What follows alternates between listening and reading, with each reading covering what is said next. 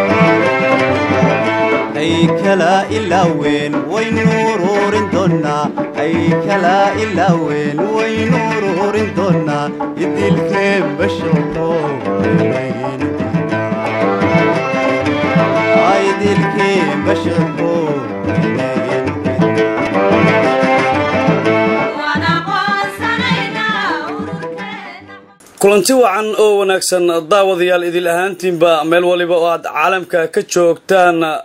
waxaad naga daawanaysaan telefishinka qaranka Soomaaliyeed SNTV kuna soo dhawaada barnaamij gaar ah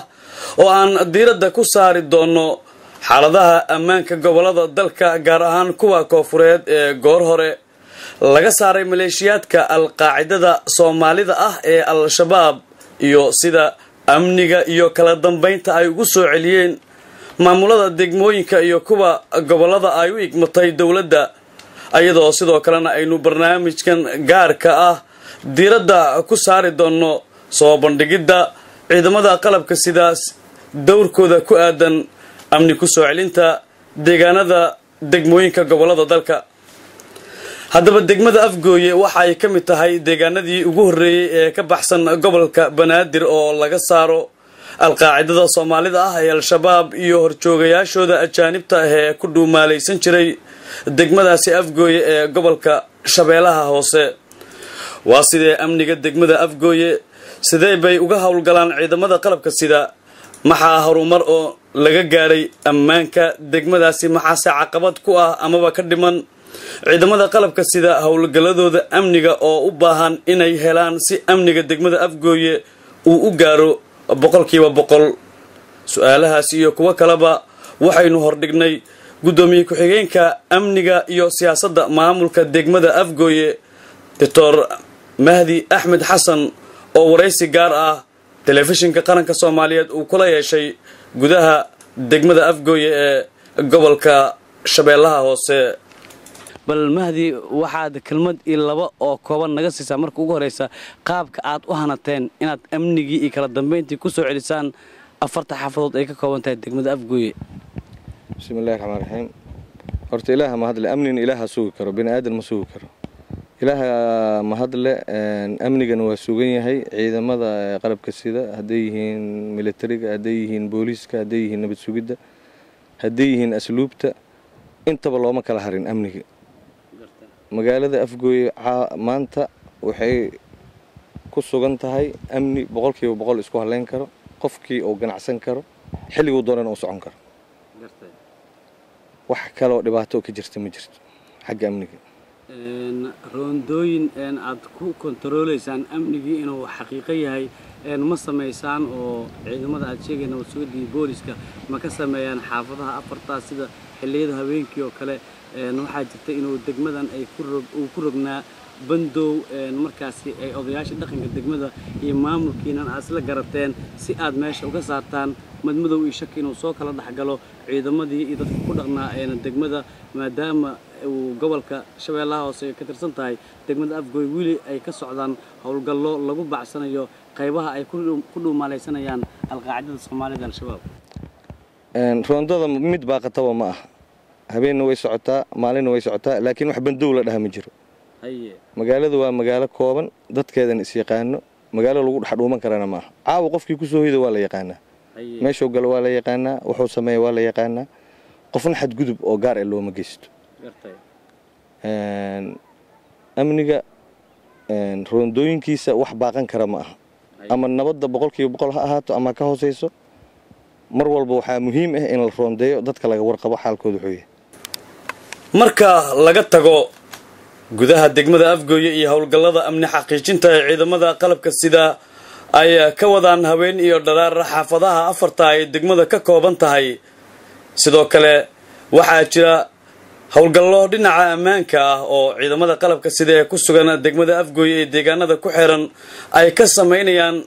wadooyinka soo gala degmada Afgooye iyo kuwa ka baxa haddaba sidee bay hawlgalladaasi u socdaan yaase hor socod u ah ciidamada qalabka sida oo ayagu ku hawlan amni xaqiijinta wadooyinka soo gala degmada Afgooye iyo kuwa ka baxaba mar kale ha ku laabto Dr. Mahdi Ahmed Xasan gudoomiye ku-xigeenka amniga iyo siyaasadda maamulka degmada Afgooye ee gobolka Shabeellaha Hoose maalin dhaweyd waxaan ugu darnaa wadooyinka ka baxa magaalada wadooyinka waxaan ka soo saarnay go'aankaas oo ah in habeenkii baabuur walba meesha qoraxda ugu dhacdo haddii uu xamar ka yimaado xamar ee gobolka ugu dhaco inuu xamar iska joogo meeshiisa oo iska seexdo haddii shalaanbuud uu ka soo bixi lahaana haddii gobolka meesha ugu dhaco inuu meeshiisa seexdo Afgooyena sidoo kale waxaan kaloo sameynay guddi gaadiidley iyo waxaan isu socodka wadooyinka soo gala degmada iyo kuwa ka bax xiliyada habeenkii ayaa waxaad joojiseen in gaadiidka isticmaalo waayo maadaama oo habeenkii wax walba ay dhici karaan ay maalintii iyo habeenkii ay kala duwan yihiin generaal dhaga badan iyo jananada ugu sareeya militariga oo generaal dhaga badan abaanduulaha ciidanka xoogga dalka hogaaminayo iyo waxaan shir u qabanay aan kulan siinay inay arintaas iska arkaan guddiga gaadiidleyda baahidooday soo bandhigteen janankana si sharaf leh oo ammaan leh oo wax uga qabtay wadada haddaba idinka waa soo marteen maanta sidii ay awal ahaa jirtay iyo sidii hadda tahay isma leh 100% waa okay waxaana aan dawladda ugu mahad celinaynaa ciidanka mushaarka loo bilaabay taasoo culays weyn nagu haysay awal nin muwaadin oo Soomaali ah haddana ciidankii qalabka sida haddana mushaar aan qaadanaynin haddana dhiigiisii u daadanayo wadankii nabadgelyadiisa iyo xoreyntiisa horta aaday xanuun noogu haysay haddana waxaan ku faraxsanahay inay mushaar helaan aad ugu faraxsanahay nabadgelyadana qayb weyn ka tahay waxaa jira kooxo tuuga ah meel kamid gobolka Banaadirna ka yimaado magaaladana si dhuumaalaysi ku soo galo dariiska ciidamada qalabka sidana qaato isticmaala ceebeeyo ciidamada qalabka sida ma aha ciidamada qalabka sida waxa wadooyinka dhaca waxa ma dhaca waa labo kaliya dadka waxba isaga qaldan mid waa gacan taagish oo intuu wadada istaago baabuurta wadada maraysa inuu yiraahdo wax ii dhiib laakiin kuwa baabuurta leexsado ama dadka xabadaha ku furo ama kufsado gabdhaha walaalahood ee Soomaaliyeed ama hooyooyinkooda ee aan Soomaalida ahayn damiirna aan lahayn ma aha ciidamada qalabka sida waa tuugo dharka militariga qabto kuwaas gartay marka militariga aad ay u mahadsan yihiin ciidamada kale nabad sugidda booliiska kulli aad ay u mahadsan yihiin amaankana ilaaha sugi karo laakiin waa dadaalina anaga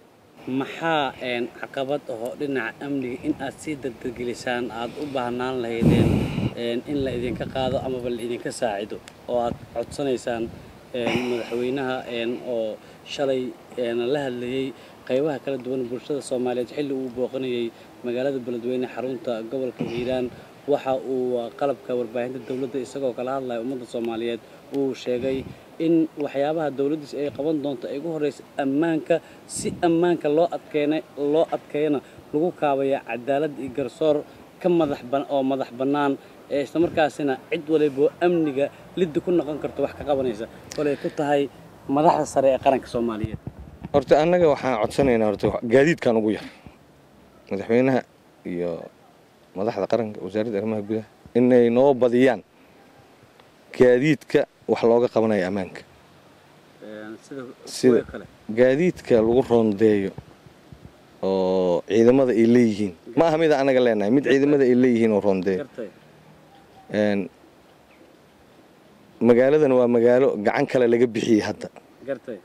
waa magaalo hadda front line-kii safkii hore ee dagaalkana gartay marka magaalo safkii hore dagaalka haday tahay ciidamo badan ay joogi meel ciidan ku badan yahay wax walba mashaakil waa ka dhici karaan طبعا واستراتيجية ودنا أسس صعدك oo isku xirta dhamaan gobolada dalka oo la daneynayo oo cadawga xataa oo soo mar hadii oo front line ay tahay wax ku filan qalabkii loo gaashaaman lahay sida hadda anaga waxaan sameynay maxkamadii way noo sameeysan tahay way shaqeysaa booliiska shaqeeyo nabad sugidda shaqeyso asluubtiya shaqeyso inkastoo maalin dhaweyd xataa adiga aan naga duubtay meelihii dhulkii nabadgelyada lagu sugi lahaa gaadiidka waxaa nooga sii daran meeshii maxbuuska lagu hayn lahaa ma hayna anaga maxbuuska hore waa marka la xukumo meel lagu haayo dhaqaalihiisa macnihii degmada haba bixiso laakiin meel lagu hayo rabaa oo caafimaadkiisa lagu kontrolo lagu dhaqan celiyo taada kale saldhiga hadda wuxuu ku yaalaa meeshii degmadii xaruntii maamulka u ahayd saldhigii ma dhisno laba xabsi degmada lahayd labadii xabsi labada waa baaba'san yihiin bal waxaad soo koobtaa baaqaaga ku aadan aad u jeedinayso ummadda degmada afgooy ku dhaqan in ay idinku garab joogsadaan inaad xaqiijisaan amniga maamulkiina iyo amniga ay ayagu guryahooda ku seexanayaan kuna soo kacayaan maanta nin walba wuxuu diyaar u yahay amnigu diyaar u yahay nin la faraayo ma jiro amniga nala sug nin walba asaa inuu nabad ku noolaado oo xorriyad iyo sharaf ku noolaada asagaa jecel nin laga codsanayo ma jirto qof walba asaa diyaar la maanta inuu nabad dadku way daaleen aad baad mahadsantahay kaasi wuxuu ahaa gudoomiye ku-xigeenka amniga iyo siyaasadda ugu qaybsan maamulka degmada Afgooy Dr. Mahdi Axmed Xasan oo waraysi gaar ay uu la yeeshay telefishinka qaranka Soomaaliyeed SNTV.